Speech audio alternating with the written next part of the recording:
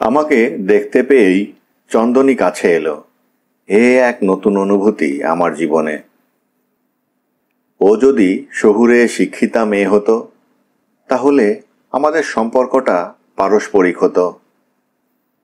সে যেমন আমাকে খুশি করার চেষ্টা করত, আমিও তাকে। তাহলে দুজনের মনের মধ্যেই সব সময় একটা টেনশন থাকতো, দুজনে দুজনকে খুশি করতে পারছি কি পারছি না সেটা জানার জন্যে। কিন্তু ও যে আমার কাছ থেকে কিছুই প্রত্যাশা করে না, শুধুই আমার আশ্রয় চায়, শুধু কাছে থাকতে চায়, শুধু নীরবে আকুতি জানায় যাতে আমি ওকে ছেড়ে না যাই। আশ্রম হরিণীর মতো ও আমার পায়ে পায়ে ঘোরে, বোবা চোখে প্রীতি ও শ্রদ্ধা জানায়। ওর ভাষা আমার ভাষায় কত তফাৎ, কত তফাৎ সব কিছুতে। কিন্তু ওর অন্তরের নম্র নারীসুলভ ঐশ্বর্যে ও আন্তরিকতায় ও আমাকে এই চাঁদের আলো দিগন্ত বিস্তৃত বনানীকে যেভাবে আপ্লুত করে তেমনভাবে আপ্লুত করে রাখে।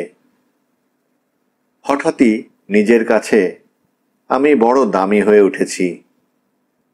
আমাহেন লোকেরও যে এত দাম, সেও যে কারো কাছ থেকে যত্ন ভালোবাসা প্রীতি পেতে পারে, তার সুখই যে অন্যজনের সুখ হতে পারে, এইসব কথা এক সপ্তাহ আগেও আমার বিশ্বাস হতো না। এই হঠাৎ দুর্ঘটনা প্রসূত ঈশ্বর প্রেরিত প্রাপ্তি আমাকে বড় অভিভূত করে ফেলেছে। নারায়ণ চা করছিল। চন্দনী দৌড়ে গেল সে চা আনতে। আমি ইতিমধ্যে জুতো জামা কাপড় ছেড়ে পায়জামা পাঞ্জাবি চটি পরে ফেললাম। এন্ডির চাদরটা গায়ে জড়িয়ে নিলাম। তারপর কাটা কাঠের গুঁড়িতে এসে বসলাম, উল্টো দিকে মুখ করে। আগুনটা চাঁদের আলোর রাতের শোভাকে নষ্ট করে দিচ্ছে। কাল থেকে আগুনটাকে ক্যাম্পের পেছনে করতে বলবো। চন্দ্রকান্ত যে কবিতাটি বলেছিলেন তার কথা ভাবছিলাম। কবিতাটির মানে হচ্ছে, পাকা আমের মতো শরীর তোমার, তুমি চাঁপা ফুল আর আমি মালতী ফুল। রাতের বেলা প্রেম হবে গো, আহা। কদবেল গাছের তলায় দোকান, সেই দোকানে বসে নবীন বেশ্যা পান বিক্রি করছে। দেখো পানে চুন লাগিও না, আমার বাড়িও কদবেল গাছের তলায়। এখন পান দাও, সূর্য ডুবে গেলে পানের পয়সা পাবে। আমায় নিরাশ করো না যেন সজনী। আমার চোখের সামনে চন্দনী ঘুরছিল, আর কেবলই আমার চন্দ্রকান্তর শীতল নিষ্ঠুরতার কথা মনে হচ্ছিল। মানুষ কি করে এত নিষ্ঠুর হতে পারে ভেবে পাচ্ছিলাম না আমি। চন্দনী চায়ের গ্লাস এনে আমাকে দিল।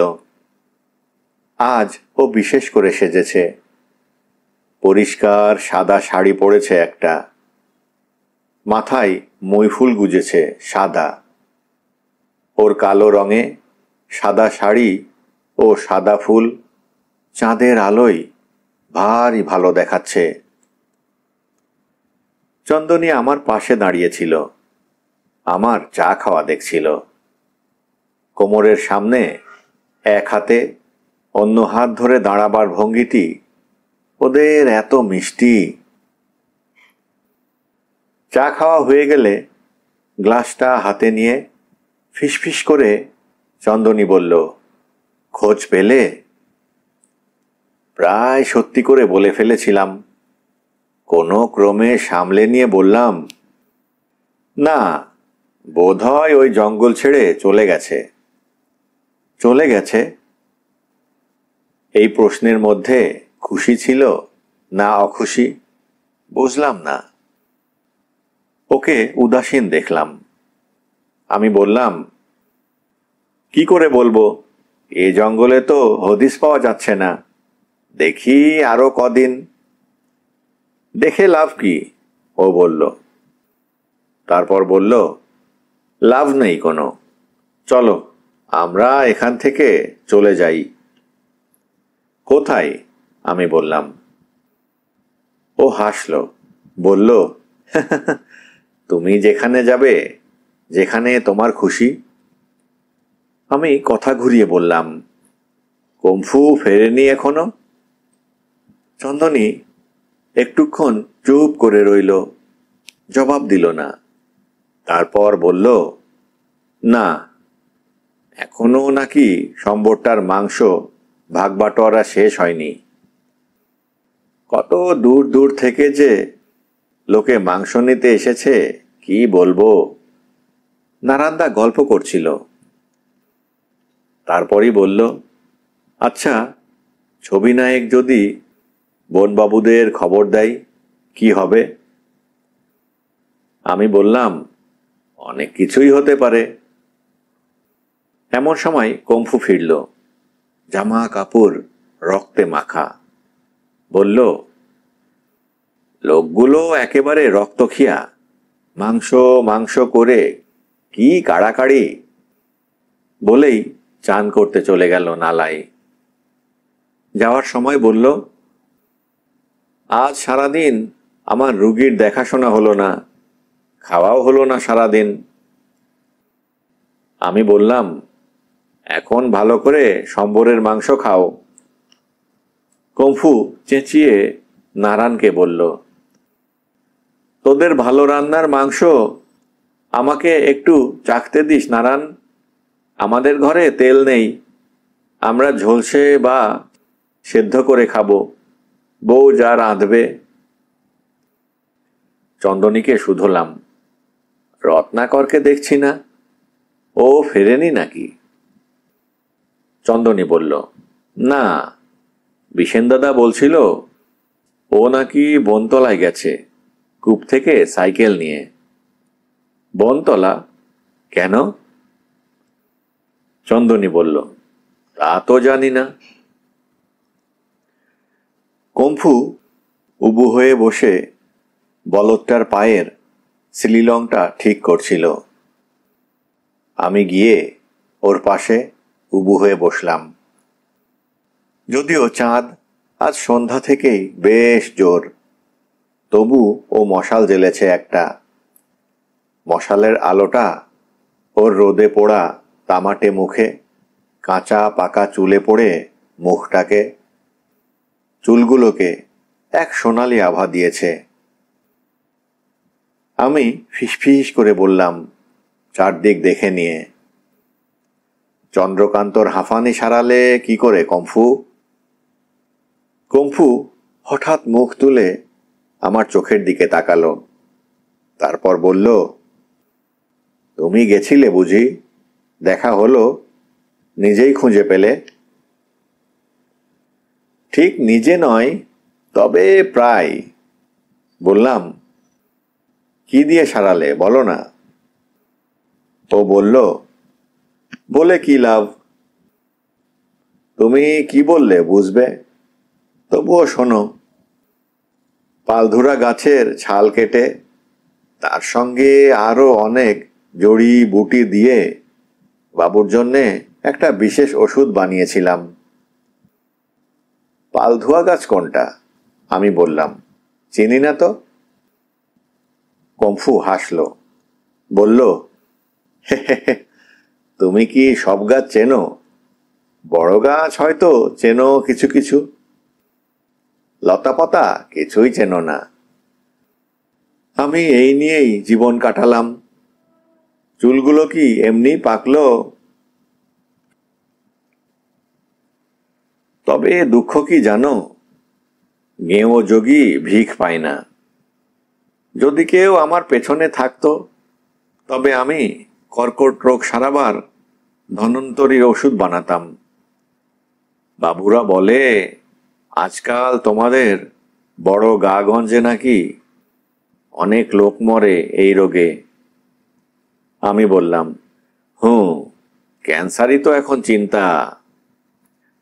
সে কি জানো আর বাবু, কোনো সাপ নাকি? সেদিনও বলছিলে এর কথা।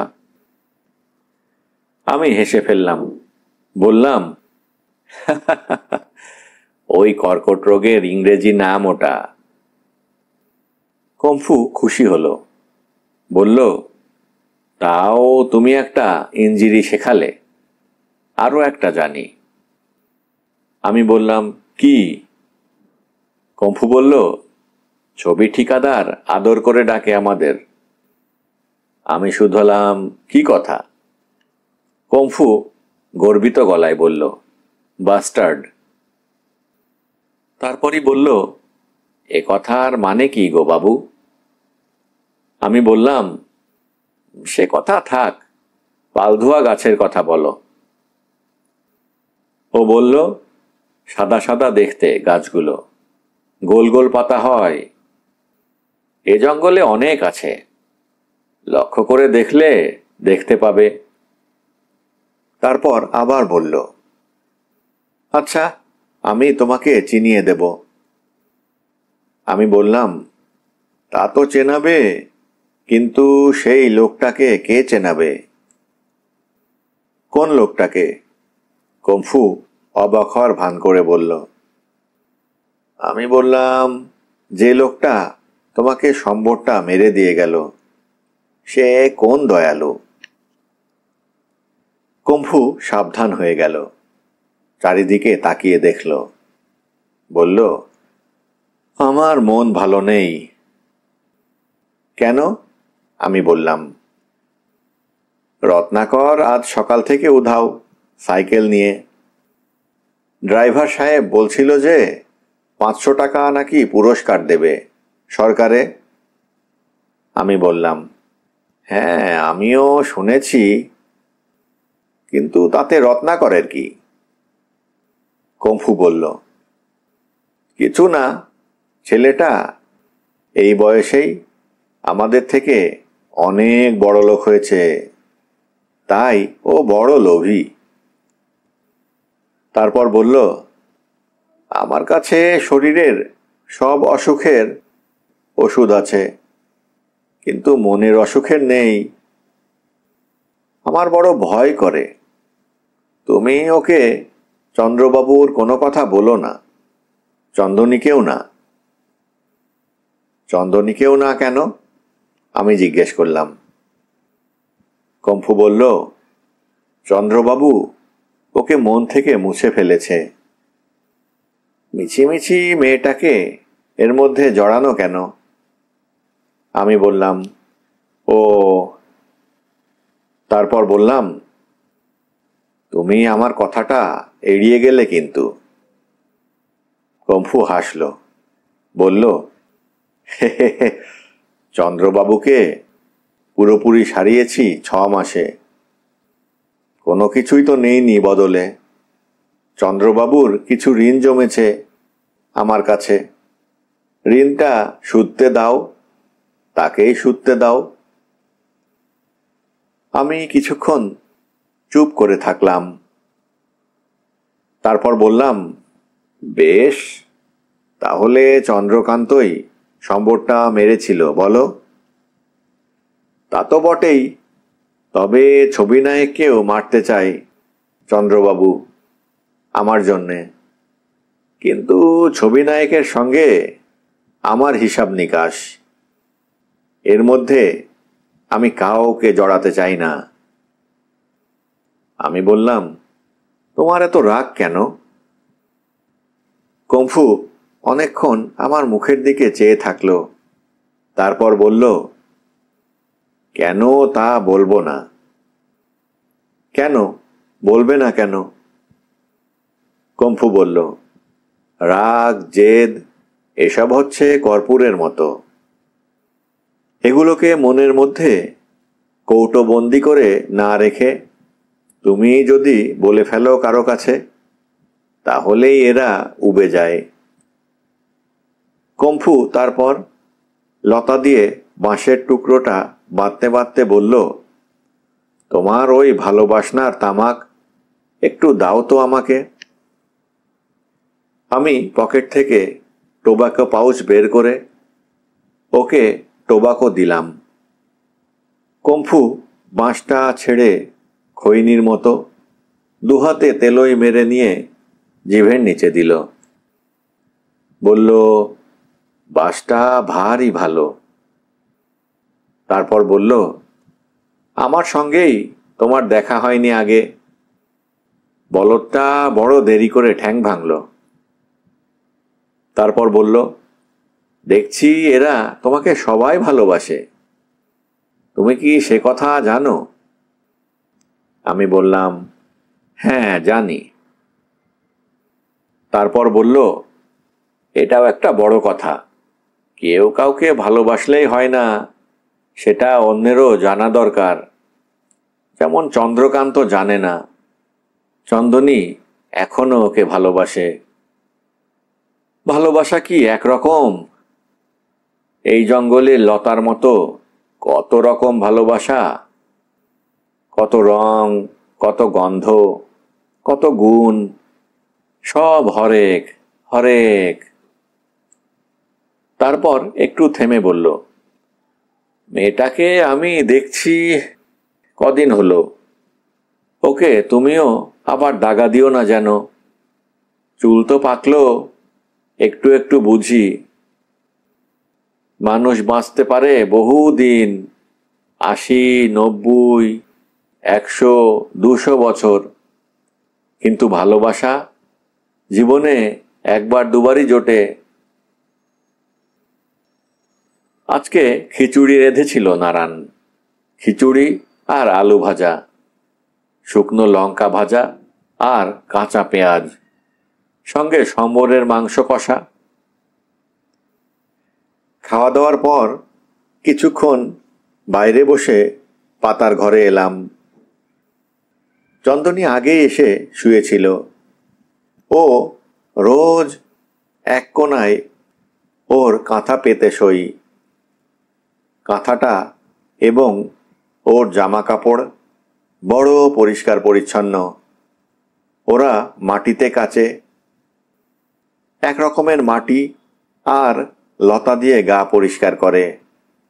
ধুধুলের খোসাও ব্যবহার করে। করঞ্জের তেল মাখে, নিমের তেল মাখে, বুনো চাঁপা ফুল দিয়ে মাথায় দেওয়ার তেল তৈরি করে। রোজই ওই রকম করে শোই। আমি ডাকলে তবে আমার কাছে আসে। আমার পাশেই শোয় জড়সড় হয়ে। অসাবধানে ওর পা আমার পায়ে লেগে যায়, হাত হাতে, বুক বুকে, কখনো কখনো। ঘরের মাথায় যে পাতাগুলো দেওয়া ছিল সেগুলো শুকিয়ে গেছে এ কদিনে। পাশের পাতাগুলোও। ঘরময় শুকনো পাতার ফাঁক ফোকর দিয়ে পরিষ্কার জ্যোৎস্না এসে পড়েছে। একটা কুম্ভাটুয়া পাখি নালার পাশ থেকে ডেকে চলেছে, ঢাব ঢাব ঢাব ঢাব। কতগুলো টি টি পাখি পাহাড়ের ওপর মালভূমি থেকে ডাকছে, চমকে চমকে। ডিউ ডিউ ডুইট, ডিউ ডিউ ডুইট করে ডেকে ডেকে কাকে যে কোন অপরাধের কথা শুধোচ্ছে তা ওরাই জানে। চিতল হরিণের ঝাঁক জ্যোৎস্নার বনে চিতার তাড়া খেয়ে শরদের ঝালার মতো লাফ মেরে মেরে ডাকছে, টাউ টাউ টাউ টাউ টাউ। নালাতে জল বওয়ার শব্দ ভেসে আসছে পাথরের উপর কুলকুল করে। একটা কুটুরে ব্যাঙ নালার পাশের পাথরের আড়াল থেকে কোয়া কাও কোয়া কাও করে অদ্ভুত স্বরে ডেকে উঠল। চন্দনী আমার দিকে পেছন ফিরে শুয়ে আছে। ওর সরু কোমরে চাঁদের আলো এসে পড়েছে। ও ওই দিকে মুখ ফিরিয়েই ফিসফিস করে বলল, বৃষ্টি হবে। আমি বললাম, পাগল নাকি, এখন ফুটফুটে জ্যোৎস্না, আর 2-3 দিন বাদেই দোল, বৃষ্টি হবে কি? চন্দনী বলল, তুমি দেখো হয় কি না।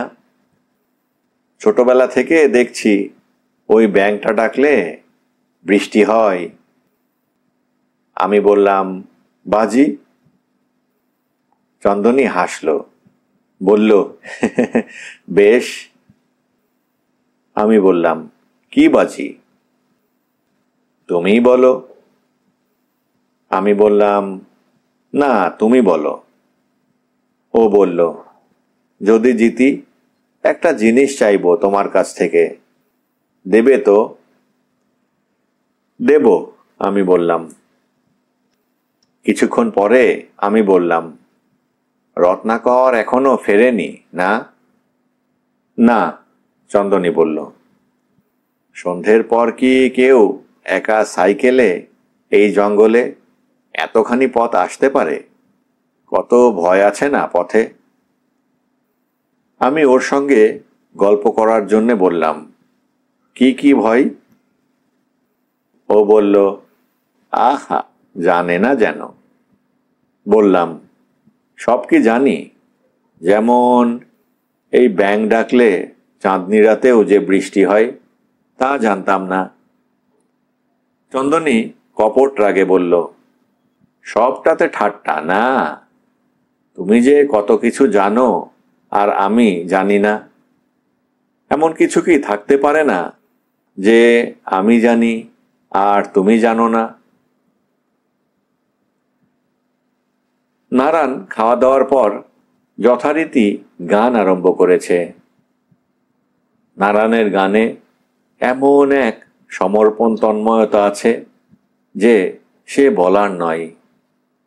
নারায়ণ যখন তার মৃত ছেলের কথা বলে, যখন বলে নাগ সাপে তাকে কামড়ালে ছেলের মৃত্যুর প্রতিশোধ নেবে ও, তখন আমার কেবলই মনে হয় যে অপত্য স্নেহ বোধ হয় প্রেমের চেয়ে অনেক গভীরতর বোধ।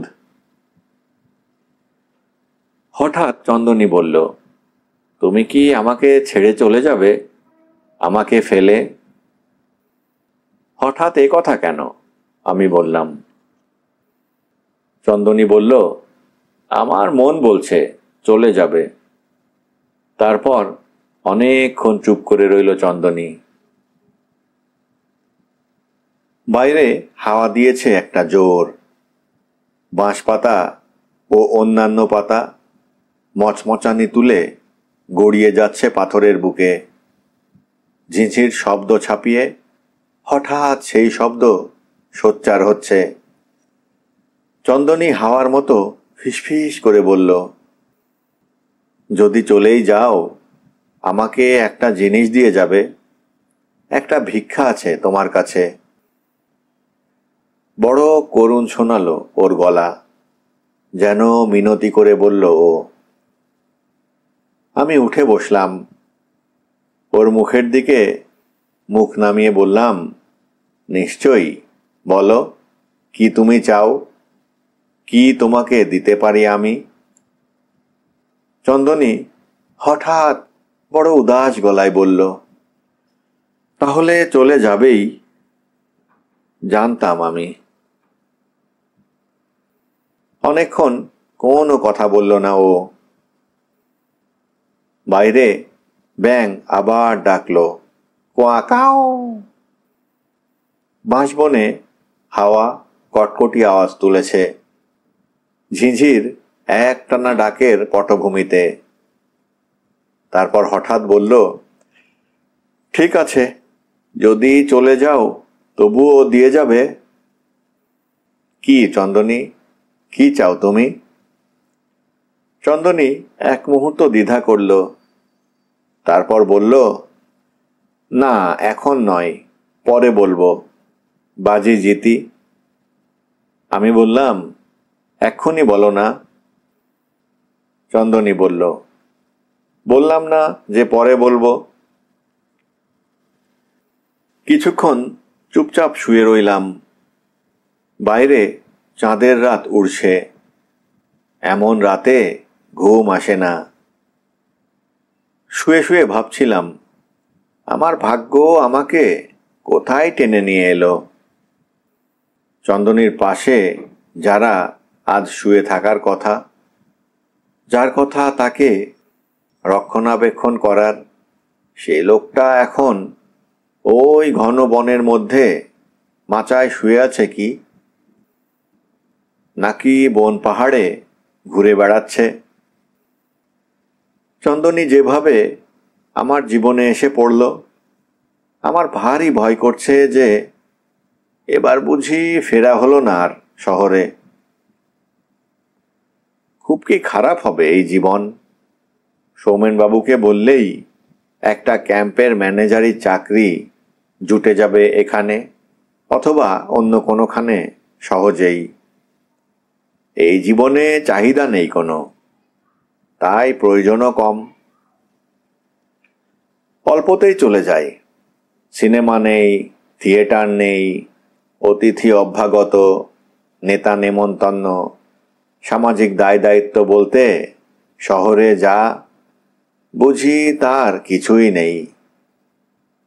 Electric bill, telephone bill, tram বাসের বা মিনিবাস ট্যাক্সির খরচাও নেই। এমনকি খবরের কাগজও নেই। কি শান্তি।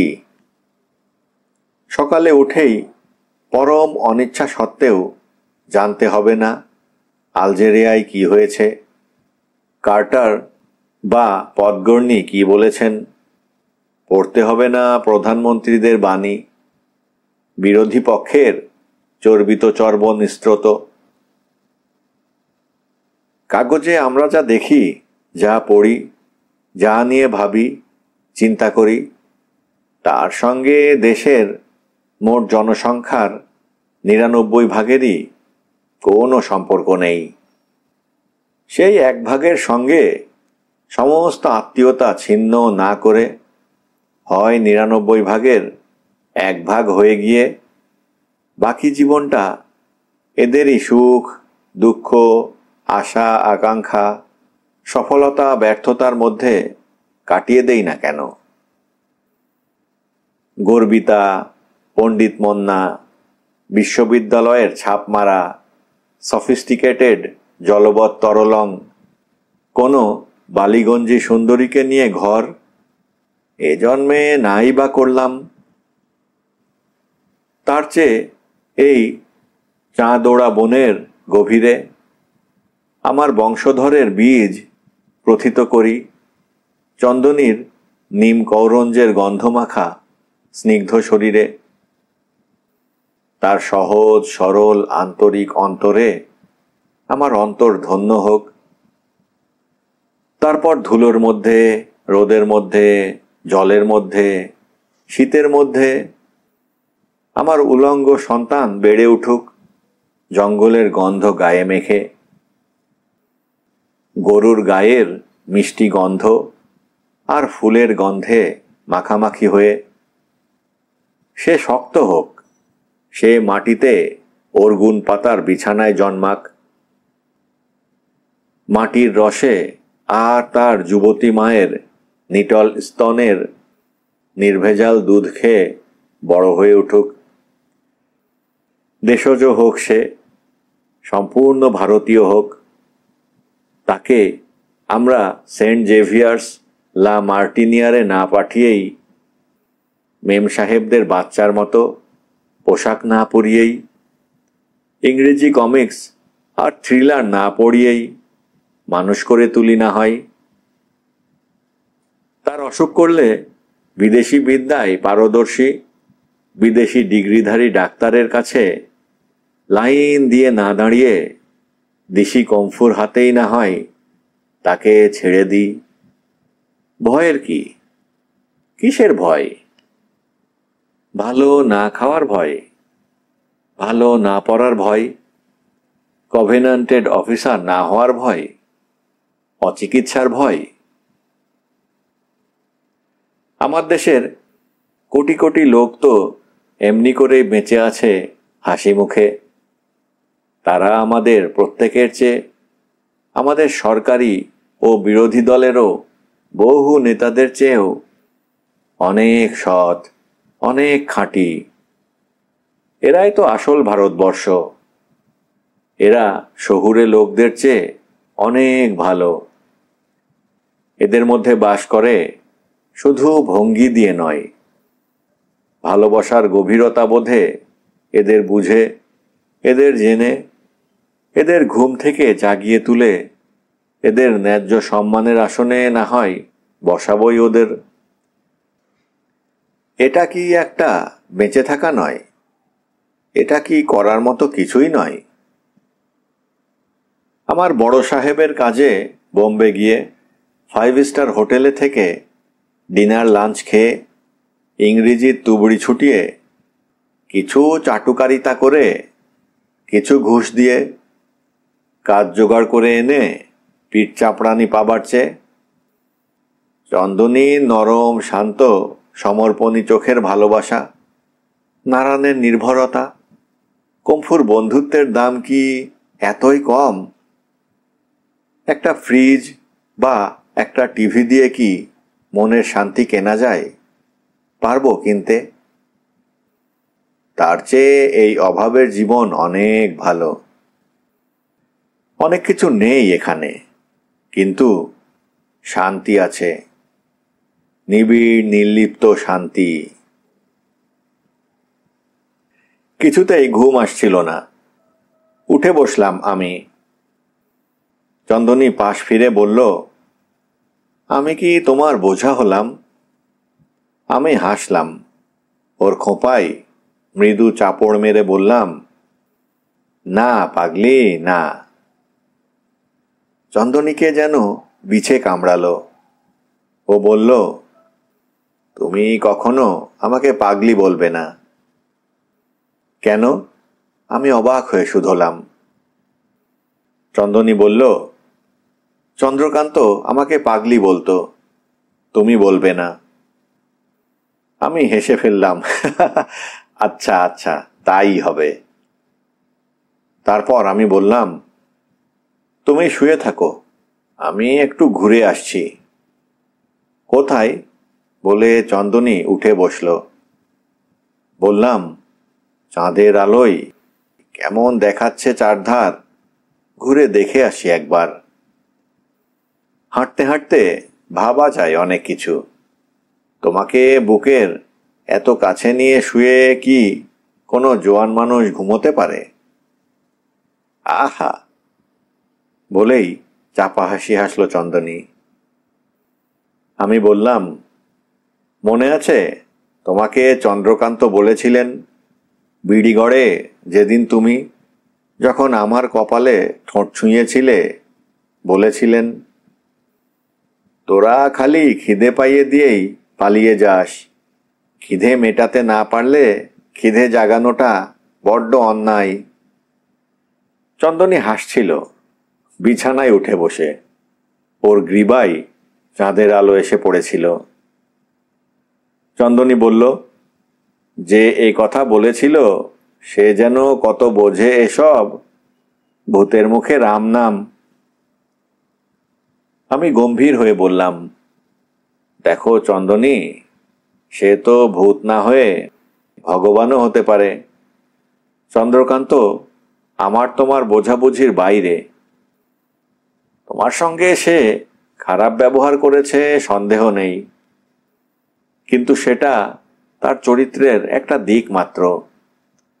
সে তোমার আমার মতো সাধারণ মানুষ নয় চন্দনী। তুমি যে তার কাছে কিছুদিনও ছিলে, এই জানাটাই তোমার গর্বের কারণ হবে। দেখো। চন্দনী রেগে গিয়ে বলল, হলে হবে, কিন্তু তোমাকে তো আমি বলেছি তুমি ওর কথা একবারও তুলবে না।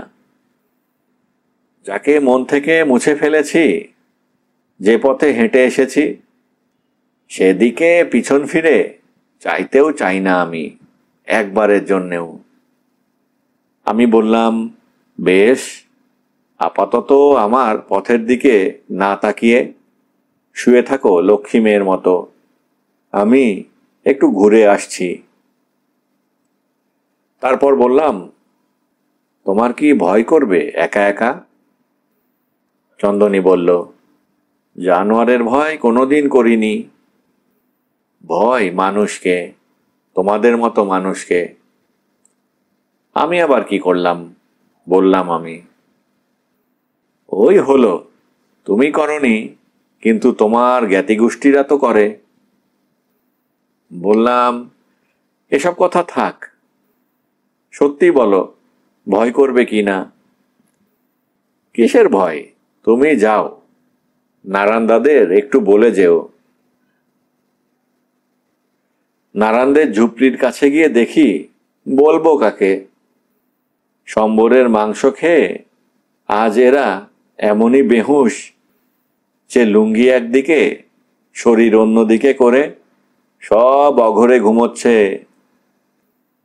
কম্ফুর ঝুপড়িতেও সাড়া শব্দ নেই, বাইরে শুধু চিপ চিপ করে ঝিঁঝি ঢাকছে, নালার জল বওয়ার কুলকুলানি আর পিউ কাহা ডাক। আমি বললাম, ঘুমোও তুমি, আমি ঘুরে আসছি একটু।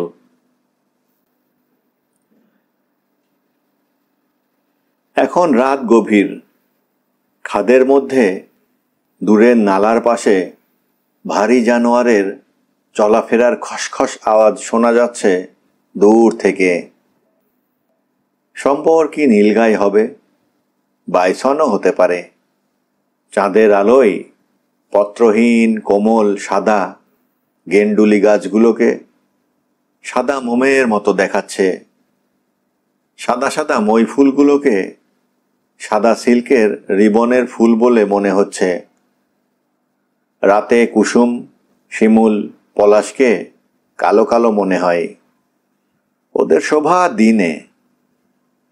খাদের ওপাশে একটা খুব উঁচু পাহাড়, উটের পিঠের কুঁজোর মতো তার কুঁজ চাঁদটাকে প্রায় ছুঁয়ে ফেলেছে। তারার মালা আকাশময়। চাঁদের রাতে ওদের প্রভা মলিন, তবুও আছে। চন্দ্রকান্তর সঙ্গে ভালো করে কথা হলো না। উনি রাতে যেতে বলেছিলেন। এমন রাতে আর দিনে তফাৎ কি? চারদিকে চোখ রেখে নিঃশব্দ পায়ে হাঁটছি। যারা বনে জঙ্গলে ছোটবেলা থেকে ঘোরে, তাদের পা ফেলার কায়দাও শিকারী জানোয়ারের মতো হয়ে ওঠে। নিঃশব্দে, চুপি সাড়ে, ছায়ার মতো এগিয়ে যায় তারা। এক ছায়া থেকে অন্য ছায়ায়, ছায়ায় ছায়ায়। একটা বাঁক নিয়েছি, নিতেই দেখি সামনে দুজন লোক চলেছে আমার চেয়েও নিঃশব্দ পায়ে হেঁটে। একজনের কাঁধে একটা দোনলা বন্দুক। চাঁদের আলোয় ব্যারেল চকচক করছে। একটা লোক বেঁটে, চারকোনা দেখতে। অন্য লোকটা মাঝারি, শিকারীর মতো জামা কাপড় পরা। একটু ঝাঁকি দিয়ে দিয়ে হাঁটছে অন্য লোকটা, ধুতি আর পাঞ্জাবি পরে। আমি একটু দাঁড়িয়ে পড়ে ভাববার চেষ্টা করলাম, ওই লোকগুলো কারা হতে পারে। মনে হলো কোথায় যেন দেখেছি এদের। এরা হয়তো চোরা শিকারী, কিন্তু এই বন পাহাড়ে শিকারের অভাব নেই যে। অচেনা অজানা লোক অন্যের সীমানায় না বলে কয়ে রাতে বন্দুক নিয়ে ঢুকে পড়বে শিকার করতে। খুব সাবধানে লোক দুটোর পিছু নিলাম আমি। কিছু দূর গিয়েই লোক দুটো সেই নালাটার ডান দিকে মোড় নিল। বুঝলাম ওরা চন্দ্রকান্ত ডেরার দিকে যাচ্ছে। আমার খুব উত্তেজনা হতে লাগলো। লোকগুলোর উদ্দেশ্য নিশ্চয়ই ভালো নয়। তারপর মনে হলো, কি জানি চন্দ্রকান্তর ব্যাপার, এরা হয়তো চন্দ্রকান্তর মিত্রই। কি কারণে তারা যে জঙ্গলে সন্ধ্যার পর কোনো মানুষ ঝুপড়ি ছেড়ে বেরোয় না, সে জঙ্গলে ঘুরে বেড়াচ্ছে। ওরা নালায় নেমে ডান দিকে যেতেই আমিও নালায় নামলাম। ওরা তখন বাঁকের ওপাশে চলে গেছে, ওদের দেখা যাচ্ছে না। এমন সময় অতর্কিতে নালার সামনে থেকে প্রচণ্ড জোরে বাঘ ডেকে উঠল। হয়তো বাঘ নালার গভীরে জল খাচ্ছিল। লোক দুটো মুখোমুখি পড়ে গেছে বোধহয়। বাঘের গর্জনে সমস্ত বন পাহাড় গম গম করে উঠল। আকাশের তারাগুলোও কেঁপে গেল যেন। সেই গর্জনে গভীর বিরক্তি ও খবরদার ধ্বনিত হচ্ছিল। পরক্ষণেই নালা বেয়ে জোরে মানুষের ছুটে আসার আওয়াজ হলো। আমি তাড়াতাড়ি পথে উঠে ওরা যেদিক দিয়ে এসেছিল তার বিপরীত দিকের জঙ্গলে লুকিয়ে পড়লাম। লোকগুলো মূর্খ, শিকারী তো নয়। বাঘের সামনে পড়ে যে ভুলেও দৌড়তে নেই তাও জানে না। কিন্তু বাঘের আর আওয়াজ শোনা গেল না। শুধু লোক দুটো দৌড়ে এলো, এসে রাস্তার উপরে উঠে হাঁফাতে লাগলো। ধুতি পাঞ্জাবি পরা লোকটা বন্দুকটাকে শিকারের পোশাক পরা লোকটাকে দিয়ে দিয়েছিল, দিয়ে রাস্তার উপরে দাঁড়িয়ে হাঁপাচ্ছিল। লোকটা নালার দিকে বন্দুকটা তাক করে দাঁড়িয়েছিল। ভাবটা, বাঘ যদি এত দূরে তাড়া করে আসেই তবে গুলি করে ভূপাতিত করবে। ধুতি পাঞ্জাবি পরা লোকটার মুখের একটা পাশ চাঁদের আলোয় চকচক করে উঠল। চাঁদের আলোয় ওই শিকারের পোশাক পরা লোকটাকে চিনতে পারলাম আমি, যে লোকটাকে চন্দ্রকান্তর মাচার কাছে সকালবেলা বাঁকের মুখে অদৃশ্য হয়ে যেতে দেখেছিলাম। এই লোকটা সেই লোক। ধুতি পাঞ্জাবি পরা লোকটার মুখের একটা পাশ চাঁদের আলোয় চকচক করে উঠল। হঠাৎ তাকে চিনলাম। এসেই গালপোড়া জানোয়ার, ছবি ঠিকাদার।